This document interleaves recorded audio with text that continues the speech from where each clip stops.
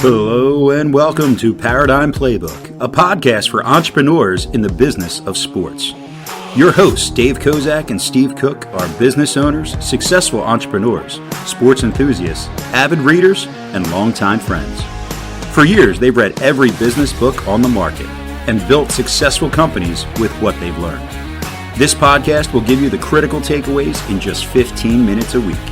It's a quick and easy playbook for building a winning sports business. And now, here are your hosts, Dave and Steve. Thank you for listening.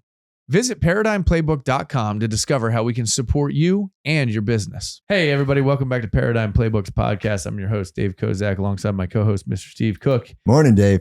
And we're making a new introduction today. Mr. Niall Cummins is on the line. He is our producer. He's going to add some color for us and probably be doing some quick research as we go through some things here. Well, guys, my name's Niall. I'm super excited to be a part of the show.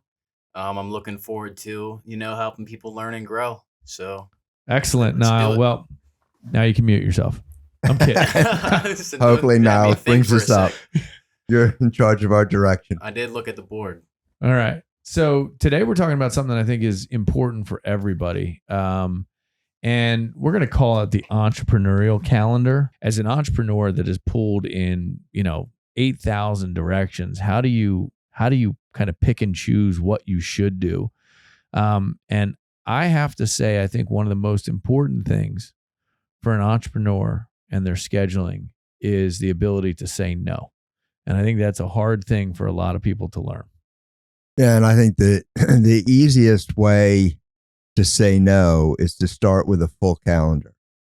So, I'll throw this out. I just switched to this style of scheduling, and it's working for me. So I plan out my ideal week. Mm-hmm. This is what my week looks like. And I put in the high priorities of creation time, study time, learning time. They're in the calendar. And then I have open time, and then the regular meetings that happen every week. So they're always in there. But then anything I add into the calendar is moving something out.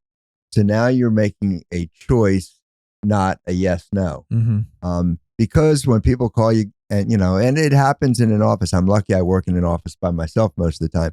But if you're in an office with a lot of people and someone, walks to your door and says, "Hey, got a minute?" It's rare that you say no. Agreed. So I'm going to go back to the beginning because, Steve, you brought up the ideal week. And when I bought my first company, my business partner, I guess I bought into his company and we became partners. He handed me a worksheet from 1970 something. And it said, nobody's that old. Yeah, well, I certainly am not. It said ideal week across the top, and it had 5 days, and it had blocks on the half hour. And he said, the first thing you want to do if you want to be successful, and this was in the insurance business, he said, you need to block out your ideal week. So start with your time off. And I was like, what do you mean my time off? Like, it's not a 9-to-5 gig? He laughed at me and said, no, start with like, what evenings are non-negotiables, right? Mm-hmm. What evenings are you home doing things? What evenings are you willing to offer? Then he said the second thing I had to do was create my call blocks, and call blocks were prospecting call times. And you put those at two kind of concepts. Number one, highest probability of actually contacting people on the phone, and your highest energy, right? So those two things. So by the time I was, done just those first two exercises, you start to see, okay, my calendar is it's starting to fill up, and you're starting to create this schedule. Then you go into, quote generation time, which is like your B time. So you have your A time, which is trying to find business, your B time, which is fulfilling the obligation, your C time, which is, let's call it self-study or paperwork or stuff that just has to get done as a process. And that was easy for that job because it was selling insurance. Mm-hmm. And that's relatively it. You either prospect, quote, close, and follow through, right? So fast forward to now I'm running the operation and I'm having to schedule my stuff. Well, I started with what day was I the most energetic and willing to crush.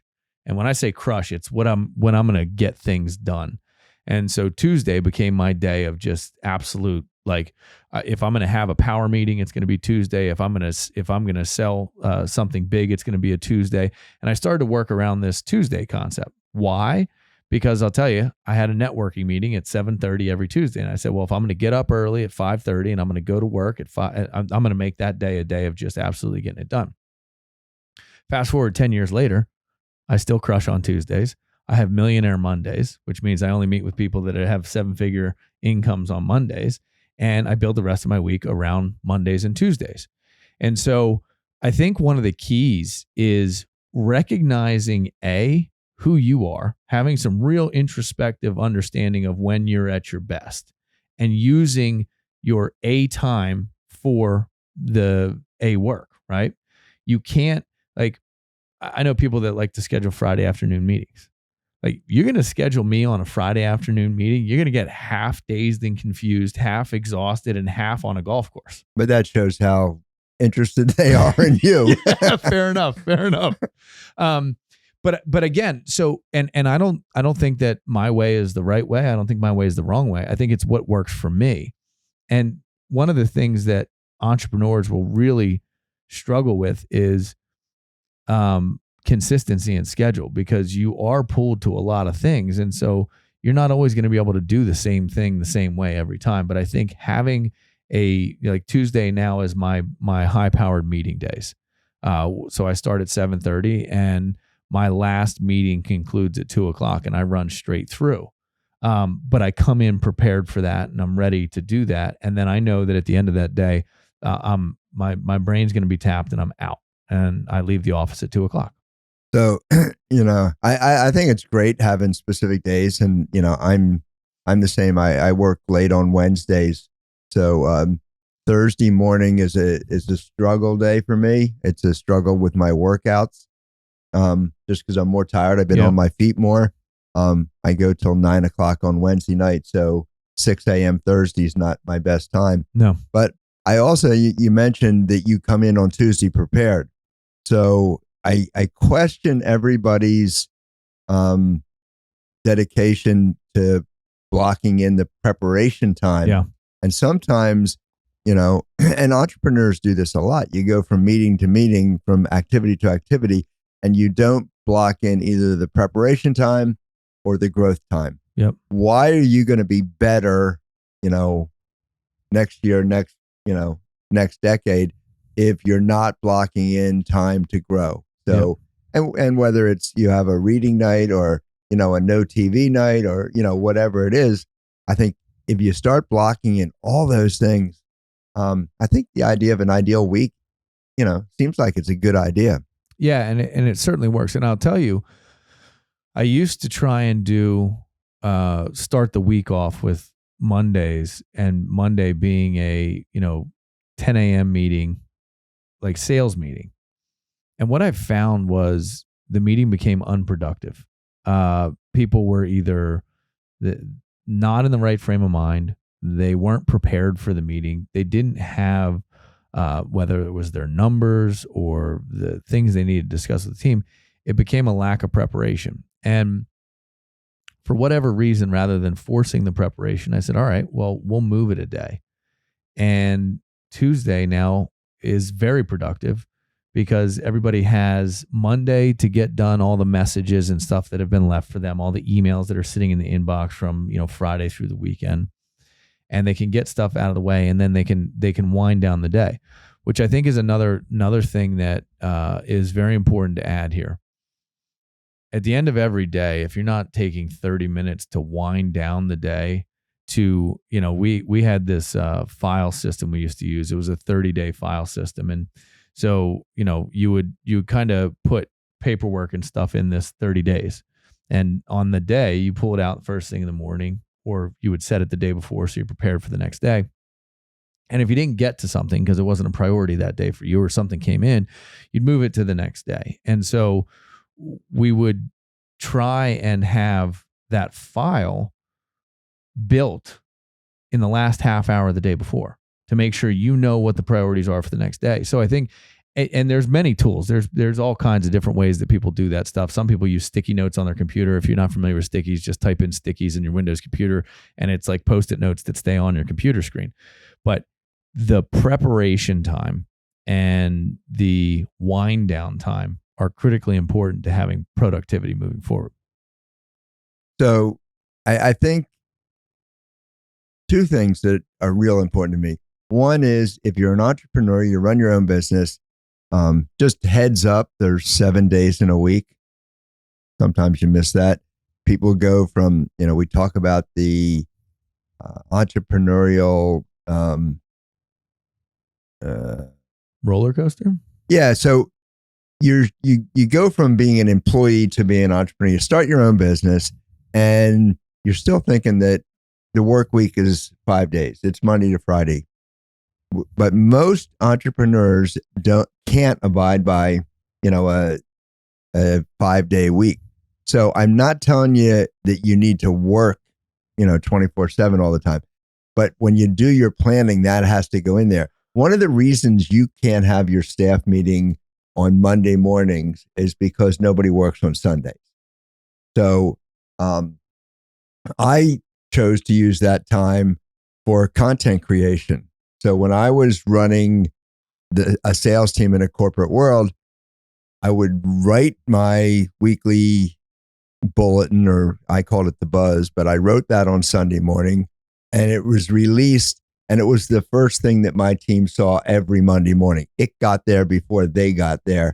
So that was my thing. But that went in my calendar first. And, for 10 years, I did it every Sunday morning and I missed a few, but I got it done most of the time.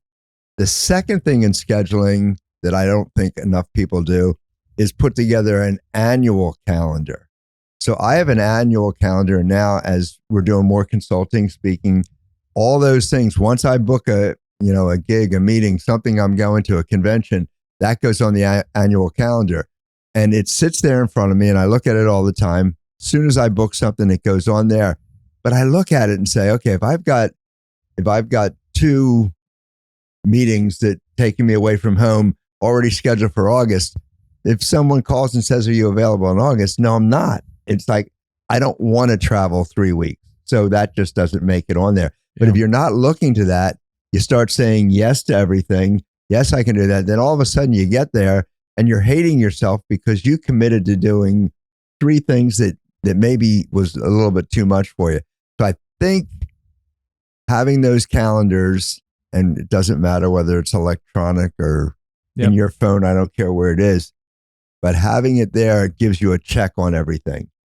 And you can tell me, I mix my calendars with personal and business. Do you keep everything in one? I try to, but okay. So if you're going to I have 4 kids a child, so that's perfect. And I know you do a lot of coaching. So mixed in all these things is, Thursday I have to leave early. We've got a little league game. I've got to take, so-and-so to the dentist. It's all that stuff goes in there, but it's a good way of controlling your life. Looking for small business consulting? Visit ParadigmPlaybook.com to book a session with us. Yeah, we use a combined calendar called Cozy, COZI, and it imports my Outlook calendar. It imports my wife Angela's Outlook calendar, and then it imports all the kids' athletic calendars. And so, we have it all in one spot. And actually, on our counter in the kitchen is a 15-inch screen that has all the calendars and everybody's color coded and their names and stuff. Because I never realized being a parent, it wasn't just managing my calendar. I was managing, I was the social secretary and manager of 4 other calendars at the same time, which brings me to another point that I think is vitally important. And Steve, I didn't mean to say I didn't work on weekends. I used to spend the majority of Sunday evening after I put my kids to bed, planning for the week, because not only did I have to figure out what my calendar was, I had to figure out the priorities that I was going to assign to different teams inside the organization. And so sometimes, right, we have 90-day projects that we talk about that we're working on, right? Well, what is the result that I need to present on Tuesday? Well, I need to prepare Sunday so I can talk to my team Monday, give them time to prepare for Tuesday. Well, yeah, my my point wasn't questioning whether you were working on.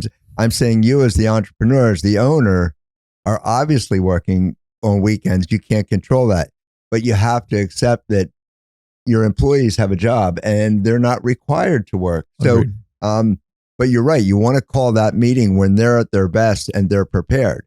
You're better off not having the meeting than having a meeting where even one person is not prepared, because then it's not complete. It doesn't make sense. Yeah, and it really pulls down the productivity of that stuff. And if there's anything I have learned in running a quality calendar, is that productivity trumps everything.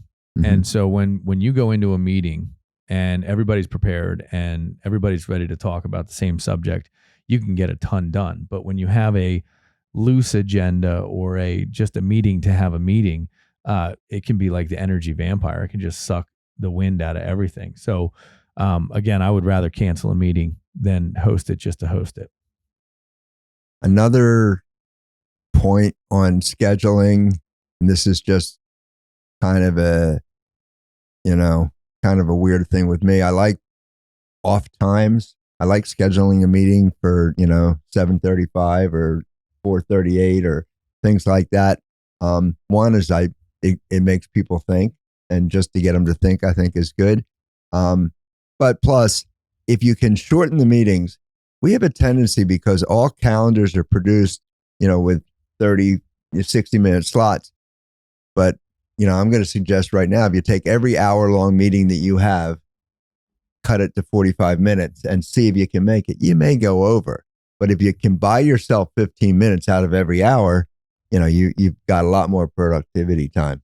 Yeah. So, and one of the things that I dealt with as an entrepreneur was I'm working in several different areas, right? So I may be working on 2 businesses at the same time. I may be working on 10 projects at the same time. Too much. We know that. But I couldn't schedule and manage everything.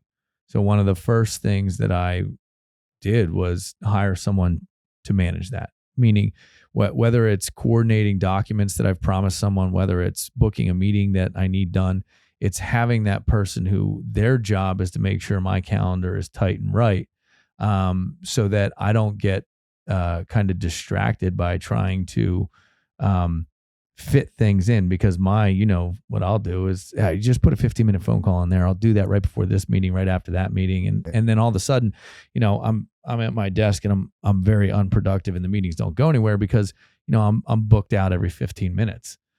Well, and I think getting that person to run your business is something that every entrepreneur has to look for. So if you're going to stay being the innovator and, develop the business, work on the business, you can't be working in it all that time. So those creative times have to be blocked in ahead of time where you can sit and think. Now, there are some meetings that you're better off being out of the office. There's certain meetings that, I have certain meetings that I schedule purposely in an office that has no chairs. And I want the meeting to go quickly. I want everybody standing up, and people leave because they're tired of standing up, which is okay. But I think all those things you have to think about, and they can go in your calendar. I do mine on Outlook, and it's similar to yours. You can overlay calendars, but as an entrepreneur, you have to look at the schedule of your business and then the schedule of all the employees. So if you can get a system where it does that overlay, that's great. Or you can do it with a giant calendar on the wall and a lot of Post-it notes. Well, and I think something else that I'll mention is networking is a huge part and a huge responsibility of an entrepreneur, right? Going, seeing, talking, being out, and being present. And so, Steve, you and I started our relationship together meeting for breakfast, right? Mm-hmm. And back at the time, I think I had 1 kid. Maybe I don't even think I had any kids. And now I have 4. And so I've had to curtail down because I need to be around in the morning to help get everything going. But Thursday mornings for me are I can start as early as I want. and I can have a 6 a.m. meeting. I can have a 7 a.m. meeting. I can meet for breakfast. I can do all that stuff. And I know Thursday is a day. So if someone wants to have breakfast, coffee, something like that, that's a Thursday morning for me. It's a determined slot where I can do that stuff because I know my first meeting is 9:30 in office is my first meeting on Thursdays. Monday, Wednesday, and Friday, I work out from 6:30 to 8. So I can't really do breakfast meetings on those days. And Tuesdays, as we all know, I start at 6:45. I'm in the office for my first meeting there. So I started to tailor so that I have, you have to keep in mind, if you want to have networking opportunities and you want to be able to do that type of stuff, you have to schedule that in. There has to be a reserved time for those type of things. Otherwise, you're going to be trying to fit square pegs in round holes. So we just got finished doing a workshop this past weekend with entrepreneurs that run, this was primarily gymnastic club owners. And the key thing that came up there is they schedule no time for working outside of their facility. So there's no networking unless the networking comes to them. And I think that's a mistake. I think for the businesses that we deal with on a regular basis, they're mostly small local entrepreneurs, and you have to become part of that community. So I think time blocking becomes the most important ingredient in what you're doing. There was a concept that was introduced to me. It was called 21 Big Chunks. And it was essentially you had 3 chunks a day, 7 days a week. And so you have kind of morning, afternoon, and evening. And I've never been able to stick to it, but I love the concept of one big thing in the morning each day, one big thing in the afternoon, and then depending on what your evening is, and my evening times, 4 days a week are personal time because I'm coaching 3 teams or whatever. But the idea that you can't take on all that much more than that, or you lose some of that piece that you have. Now, if you have a regimented, like I have set appointments that run for a specific period of time. Like I know how long the meeting takes that I'm having with clients. So it may be an hour and a half meeting. It may be a 45-minute meeting. It may be a half hour.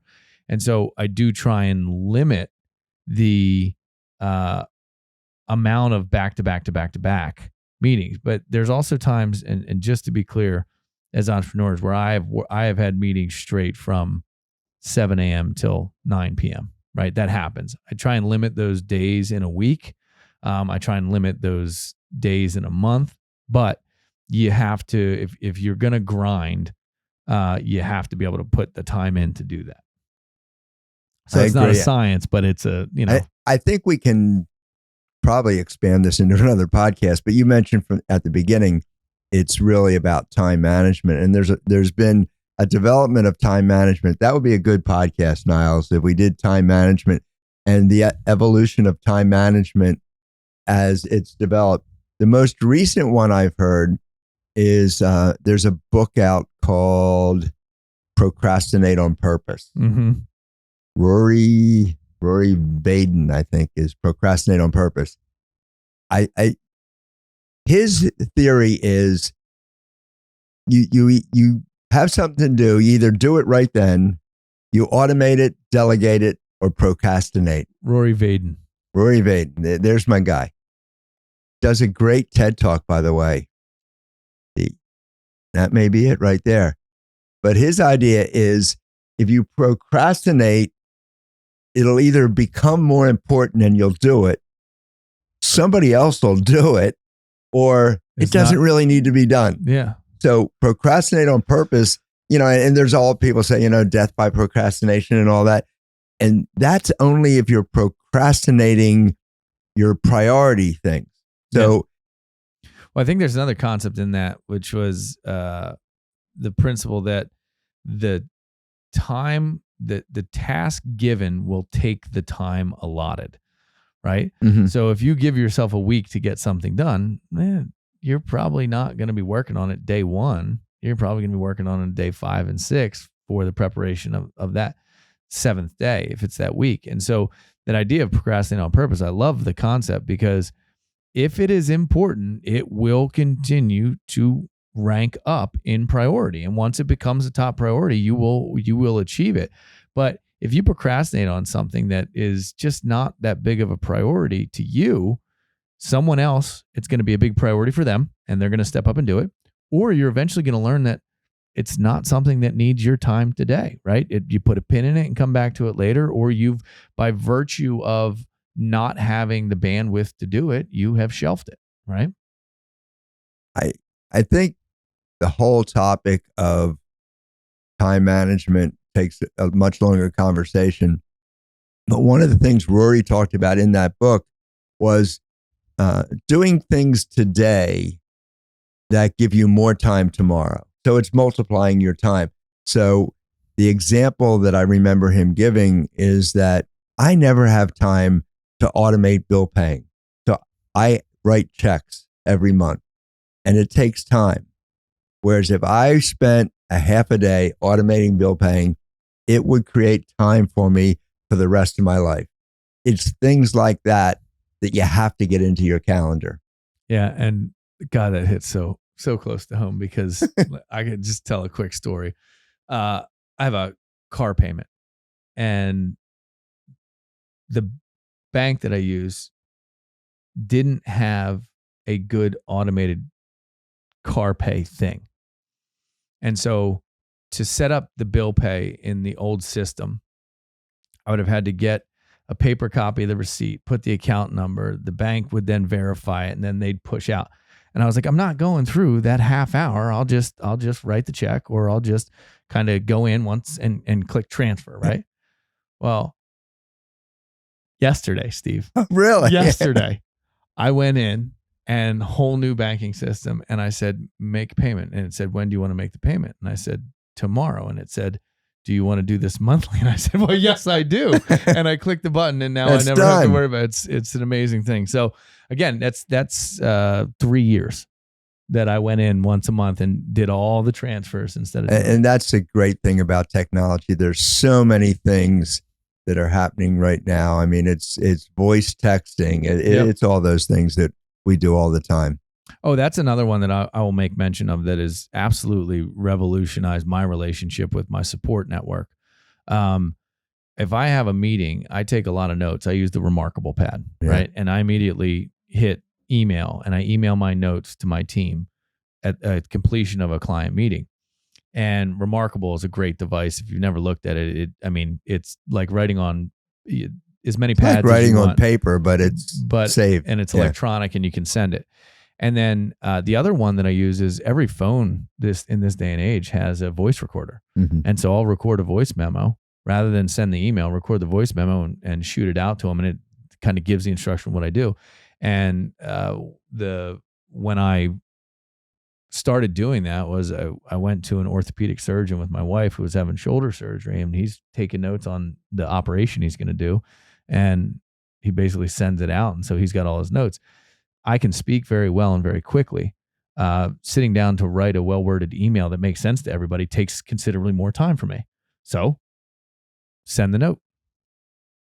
Okay. I know you've got another meeting scheduled, so we better bring this to it now. We could talk about this all day. So I think we'll get into the evolution of time management next time because I think that's a good subject matter. Okay. We'll take it from the beginning. Yeah. Appreciate you guys listening. Hope you learned something today. And again, I think you have to do your calendar on purpose, your schedule on purpose. It has to be on purpose is the key point. Very good. All right. That's Paradigm Playbooks podcast. Thanks. If you know a coach, teacher, or business owner who could use our help, please refer them to us. We appreciate your support.